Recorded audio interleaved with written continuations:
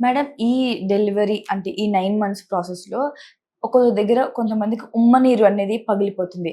Main ఇలాంటి doctors ఏం చెప్తారంటే ఉమ్మ నీరు అనేది పగలకూడదు అంటుంటారు. ఇది ఎంతవరకు అపోహ? ఆ పగిలినప్పుడు ఎలాంటి కేసెస్‌లో పగులుతాయి? అలాగే ఇంకొకటి ఏంటంటే బ్లీడ్ గూడా అయిపోతుంది మేడం కొంతమందికి. ఆ బ్లీడ్ అవ్వడం చూసి ఏమనుకుంటారంటే అయ్యో! లోపల బేబీకి ఏమైనా అయిపోయిందేమో, బేబీ ఏమైనా అయిందేమో, అసలు ఎందుకు ఇలా బ్లీడ్ అయిందని tension పడిపోతుంటారు.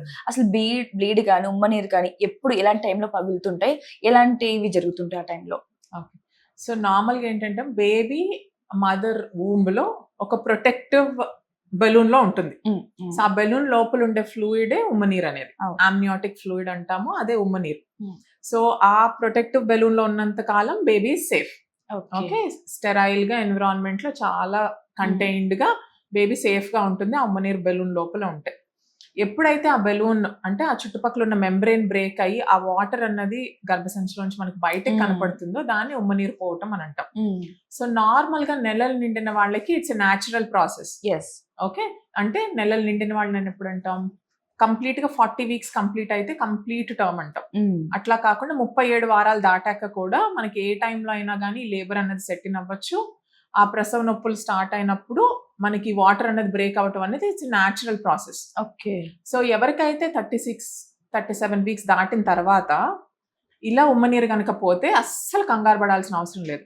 Okay. So that is a natural process. Labour process after 37 weeks. 37 weeks. Okay. Okay. 37 వారాలు దాటిన తర్వాత అంటే 9 నెలలు కంప్లీట్ గా నిండిన తర్వాత 37 వీక్స్ తర్వాత ఏ టైంలో ఉమ్మనీరు పోయినా గానీ కంగారు పడాల్సిన అవసరం లేదు. అది వాళ్ళ లేబర్ ప్రాసెస్ లో ఎర్లీ స్టేజ్ అన్నట్టు. దాని తర్వాత ఎలా పురుటి నొప్పులు తెప్పించాలి, ఎలా డెలివరీ చేయాలి అన్నది doctor will take care. Okay. Okay.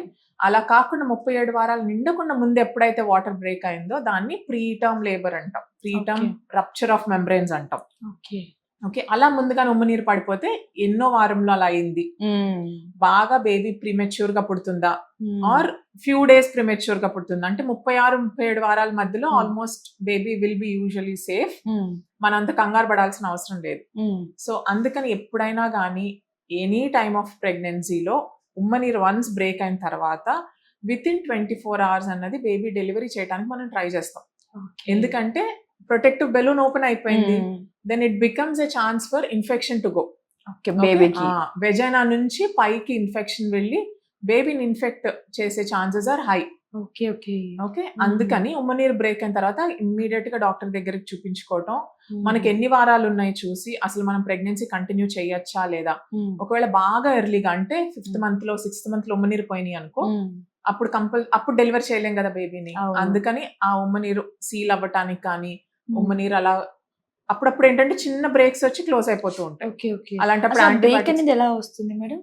ఆ మెంబ్రెయిన్ మీద ఏదైనా ప్రెషర్ పడినప్పుడు ఆర్ ఆ చుట్టుపక్కల మెంబ్రెయిన్ ఏదైనా వీక్ గా ఉన్నప్పుడు, ఓకే, అలాంటి టైమ్స్ లో ఆర్ ప్రెషర్ పడ్డప్పుడు చిన్నపిల్లల మీద పడ్డా, చిన్నపిల్లల మీద అంటే నాట్ దట్ మళ్ళీ అది అనవసరంగా కంగారు పడతారు. ఓకే.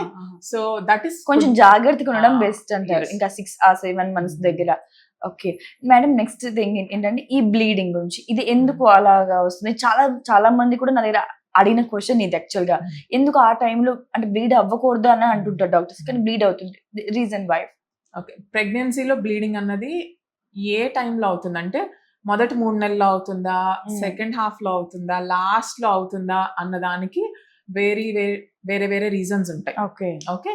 సో ఈ మధ్య ఈ రీసెంట్ 10-15 years నుంచి మనం ఫస్ట్ 3 months లో బ్లీడింగ్ అన్నది చాలా కామన్ గా చూస్తున్నాం. ఓకే. ఎందుకంటే ప్రెగ్నెన్సీ సెట్ అయినప్పుడు ఆ ఫస్ట్ ఇంప్లాంటేషన్ దగ్గర నుంచి ఆ బేబీ ఫస్ట్ 3 months వరకు మనకి గుడ్ బాడీలో ఆ మదర్ ఏదైతే ఉంటుందో మదర్ బాడీలో ఆ ప్రెగ్నెన్సీని సపోర్ట్ చేసే హార్మోన్స్ బాగా రిలీజ్ అవ్వాలి. ఓకే. ఓకే. న్యాచురల్ ప్రెగ్నెన్సీస్ లో ఏంటంటే బాడీ ప్రిపేర్డ్ గా ఉంటుంది. ఓకే, నేను ఇప్పుడు డెలివరీకి రెడీ అవ్వాలి, నేను ఇప్పుడు ప్రెగ్నెన్సీకి రెడీ అవ్వాలి అని న్యాచురల్ ఇన్స్టింక్ట్ ద్వారా మనకి హార్మోన్స్ అనేవి కరెక్ట్ మోతాదులో రిలీజ్ అవుతాయి. సో ఈ రోజులో ఏమవుతుంది మనకి because of unhealthy life style, so natural గా ప్రెగ్నెన్సీస్ రావటమే తక్కువైంది. ఓకే. సో అందుకని మనం ఆర్టిఫిషియల్ మెథడ్స్ ద్వారా, వెదర్ టాబ్లెట్స్ ద్వారా కానీ, ఐవీఎఫ్ ద్వారా కానీ, ఐయుఐ ద్వారా కానీ మనం బయట నుంచి ఇండ్యూస్ చేసి ప్రెగ్నెంట్ అవుతున్నాం. ఇలా అయినప్పుడు బాడీస్ న్యాచురల్ మెకానిజం ద్వారా రావాల్సిన హార్మోన్స్ అనేవి సపోర్టింగ్ ప్రెగ్నెన్సీకి సపోర్ట్ చేసే హార్మోన్స్ తగ్గుతున్నాయి. ఓకే. దాని వల్ల ప్రెగ్నెన్సీస్ కొంచెం వీక్ గా ఉండి ఫస్ట్ 3 months లో మనకి లైట్ గా స్పాటింగ్ అవ్వటం కానీ, బ్లీడింగ్ అవ్వటం కానీ ఇట్లాంటివి చూస్తూ ఉంటాం. అది కాకుండా ఎప్పుడైనా ప్రెగ్నెన్సీ అన్హెల్దీగా ఉంటే కూడా ఓకే, ఎర్లీ మిస్క్యారేజెస్ అంటాం. అంటే ఫస్ట్ 3 months లో అయ్యేవి యూజువల్ గా మిస్క్యారేజెస్ ఏవైతే ఉంటాయో, ఇఫ్ ప్రెగ్నెన్సీ ఈజ్ అన్హెల్దీ అంటే కొన్ని జెనెటిక్ ఇష్యూస్ వల్ల కానీ, ఏదైనా ప్రెగ్నెన్సీ బేబీ గ్రో అవ్వట్లేదు అంటే కూడా మనకి ఎర్లీ మిస్క్యారేజెస్ అయ్యి డెలివరీ అయిపోవటం చూస్తాం. లేటర్ స్టేజెస్ ఆఫ్ ప్రెగ్నెన్సీస్ లో బ్లీడింగ్ అన్నది ఏంటంటే, అప్పుడప్పుడు ప్రెగ్నెన్సీకి సపోర్ట్ చేసే ప్లసెంటా అని ఉంటుంది, మాయ అంటాం కదా. సో ఆ ప్లసెంటా అన్నది కరెక్ట్ పొజిషన్ లో ఉండకుండా కింద ఉంటుంది, బేబీ కన్నా కిందగా ఇంప్లాంట్ అవుతుంది. అంటే యూటరస్ మౌత్ దగ్గర సర్విక్స్ మీదకి ఇంప్లాంట్ అయి ఉండటం వల్ల పైన బేబీ ఉమ్మనీరు ఈ ప్రెషర్ అంతా అప్పుడప్పుడు ప్లసెంటా మీద పడటము, లేకపోతే యూటరస్ ఎక్స్పాండ్ అయ్యేటప్పుడు దాని కింద సపోర్ట్ లేకపోవటం ఉండి ఆ ప్లసెంటా సపరేట్ అవుతుంది. ప్లసెంటా పెద్ద డేంజర్ అయితే ఏం కాదు. Danger it is danger. Okay, దేని వల్ల బ్లీడింగ్ అవుతుందని అసెస్ చేయటం ఇస్ ఇంపార్టెంట్. ఓకే, ప్రెగ్నెన్సీలో బ్లీడింగ్ అన్నది నువ్వు అన్నట్టు అసలు అవ్వకూడదు. ఎందుకు అవుతుంది అన్నదానికి we should find a reason. కొంతమందికి లైట్ గా 1 or 2 spots బ్లీడింగ్ అయ్యి ఆగిపోతుంది, కొంతమందికి హెవీగా బ్లీడింగ్ అయ్యి మిస్క్యారేజ్ అయిపోతుంది. So any kind of bleeding in pregnancy is not normal.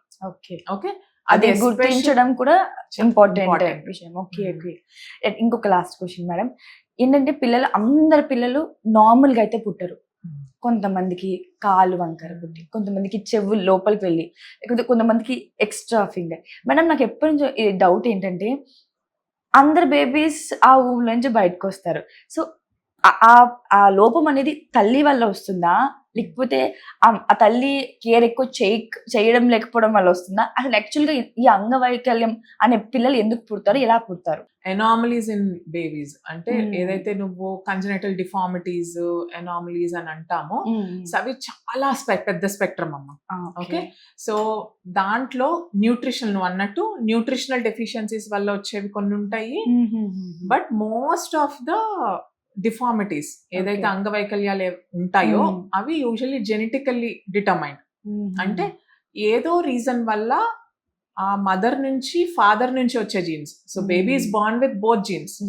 Okay, so 1 set of genes come from the father, ఒక 1 set of genes come from the mother. ఏదైనా ఈ genetic makeup లో ఎక్కడైనా డిఫెక్ట్ ఉన్నా కొన్ని అంగవైకల్యాలు runs in the family. Okay, father generation లో కానీ వాళ్ళ సో హెరిడిటరీ డిజార్డర్స్ కొన్ని ఉంటాయి, దాని వల్ల అంగవైకల్యాలు కూడా వస్తూ ఉంటాయి.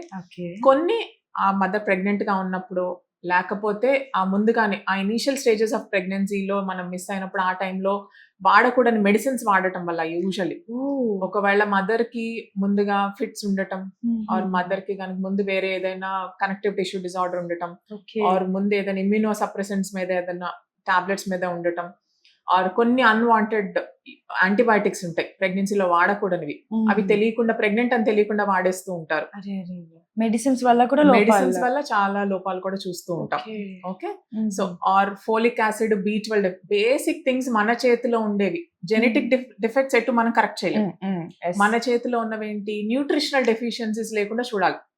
సో ఎవరైనా కప్పులు మ్యారేజ్ అయిన తర్వాత ప్రెగ్నెన్సీ కోసం ప్లాన్ చేసుకుంటున్నామని డిసైడ్ అయినప్పుడే బేసిక్ వర్కప్ ఒకటి చేయించుకొని, మన బ్లడ్ లో హిమోగ్లోబిన్, వైటమిన్స్ ఇవన్నీ కరెక్ట్ లెవెల్స్ లో ఉన్నాయా లేదా, మన థైరాయిడ్ కరెక్ట్ గా ఉందా లేదా, ఇవన్నీ చెక్ చేసుకొని స్టార్టింగ్ ఫ్రమ్ 1 month జాగ్రత్త పడితే ముందుగానే అసలు ప్రెగ్నెంట్ అవుదామన్న థాట్ ఉన్నప్పుడే ఎర్లీ స్టేజెస్ లోనే బిఫోర్ యూ గెట్ ప్రెగ్నెంట్ మనం ఇవన్నీ కరెక్ట్ చేసుకుంటే ఈ లోపాలనేవి మనం బేబీలో అవాయిడ్ చేయగలం.